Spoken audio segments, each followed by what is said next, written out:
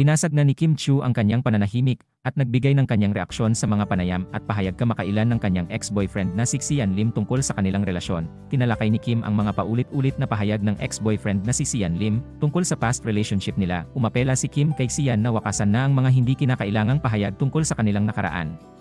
Pahayag ni Kim, entering 2024, sabi ko talaga I just want a fresh start, new beginning and I don't want to dwell sa past. Parang yung post ko nung December sabi ko, this will be the last time na pag-uusapan ko ito. Pero parang ang dami pa rin. Parang hindi naman siya mapag-uusapan. If no one's lighting the fire, mensahe niya kay Xian, it ended, the journey was beautiful. Ayaw ko nang maging masama yung loob ko, sabi ni Kim, kasi paulit-ulit na lang. Let's give it a rest and let's leave respect to each other, dagdag ni Kim habang nasa bingit ng pag-iyak.